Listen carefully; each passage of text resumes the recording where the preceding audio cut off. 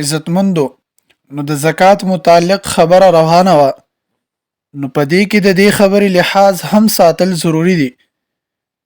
علماو د دې زکات او صدقې یو څو آداب او شرایط لیکلي دي. څوک چې دا زکات په ورکولو کې د الله تعالی رضا او د آخرت د ثواب اراده لري نو د هغه دپاره عزتمندو دا ضروری دي چې د یو څو شرایطو او آدابو لحاظ وساتي. نو په دې سره به د زکات او صدقه او خیرات د ده دپاره د آخرت یوه ذخیره جوړه شي، ثواب به ورله وګرځي او د الله تعالی رضا او خوشحالي به د دې په ذریعه باندې چې کوم دی حاصله شي. په هغې کې اولنی ادب او اولنی شرط دا دی چې خپل زکات او خیرات په احسان زباتلو او ضرر وررسولو باندې، یعنی خپل زکات یا خیرات ته چاله ورکي په هغه باندې یا خپل احسان زباتي، یعنی چې چاله ورکو هغه له په هغې پسې بیا وروسته ته ضرر هغه ته وررسې. نو په دې سره به چې کوم دی خپل زکاتونه د هغې ثواب به نه خرابوئ، یعنی چې ته اول زکات ورکړي هغه له او بیا ورباندې زباتي چې بار بار یې وریادې، نو دې ته چې کوم دی عزتمندو احسان ویلی شي. او تکلیف او ضرر څه ته ویلی شي؟ یعنی ته هغه له ته زکات ورکړي، په دې سره د زکات او د صدقې اجر بیا چې کوم دی عزتمندو دا خرابېږي. یعنی ته تکلیف دې ته ویلی شي چې ته هغه له زکات ورکړي او د هغې نه وروسته هغه ته چې کوم دی ستغې سپورې خبرې کې رټېږي، پیغور ورکې، نو دې ته چې کوم دی ضرر او تکلیف ویلی شي. ځکه چې په قرآن مجید کې الله رب العزت فرمای یا ایها الذین آمنوا لا تبطلوا صدقاتکم بالمن والاذى. اے د ایمان خاوندانو، اے ایمان والو، لا تبطلوا صدقاتکم بالمن والاذى، خپل صدقې پس باطلو او په تکلیف رسولو باندې مضایع کوئ. لا تبطلوا مضایع کوئ صدقاتکم خپل زکاتونه صدقې، یعنی مطلب دا دی چې یا ایها الذین آمنو، اے ایمان والو، لا تبطلوا تاسو ثواب تاسو چې کوم ثواب تاسو ته میلاویږي په خپلې صدقې سره نو هغه پس باطلو او په تکلیف وررسولو سره مه ضایع کوئ.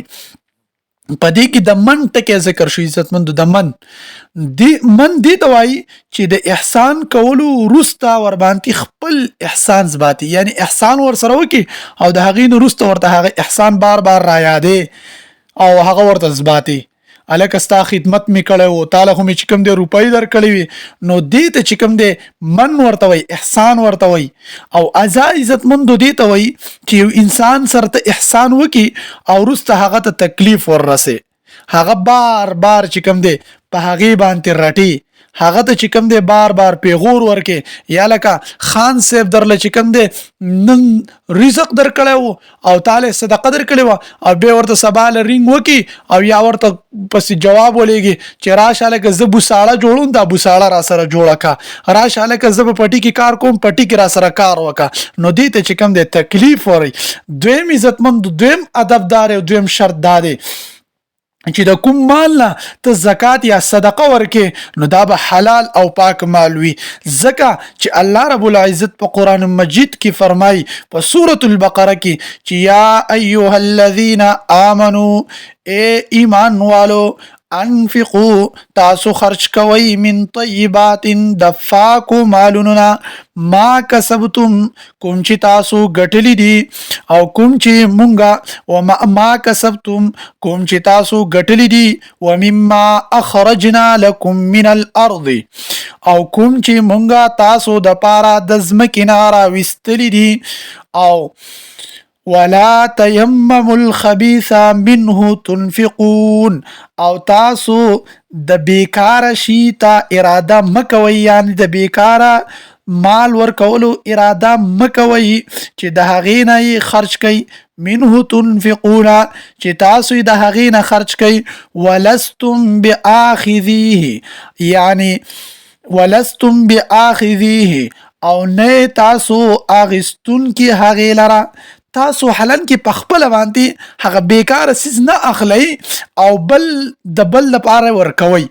الا مگر ان تغمضوا فيه دا چې تاسو سترګې پټې کوي او وایخلی یعنی د لحاظ د وجنه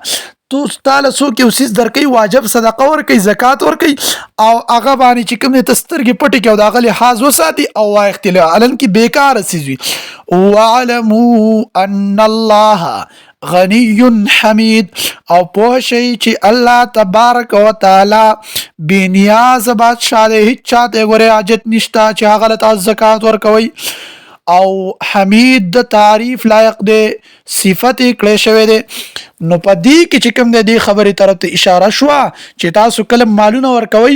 نو پاک مال به ورکوئ حلال مال به ورکوئ حدیث کې چې کوم دی صراحتا دا ذکر دی چې تاسو به حلال او پاک مال ورکوئ د نبی علیه السلام حدیث مبارک دی لا يقبل الله الا الطیب الله تعالی صرف حلال مال قبلی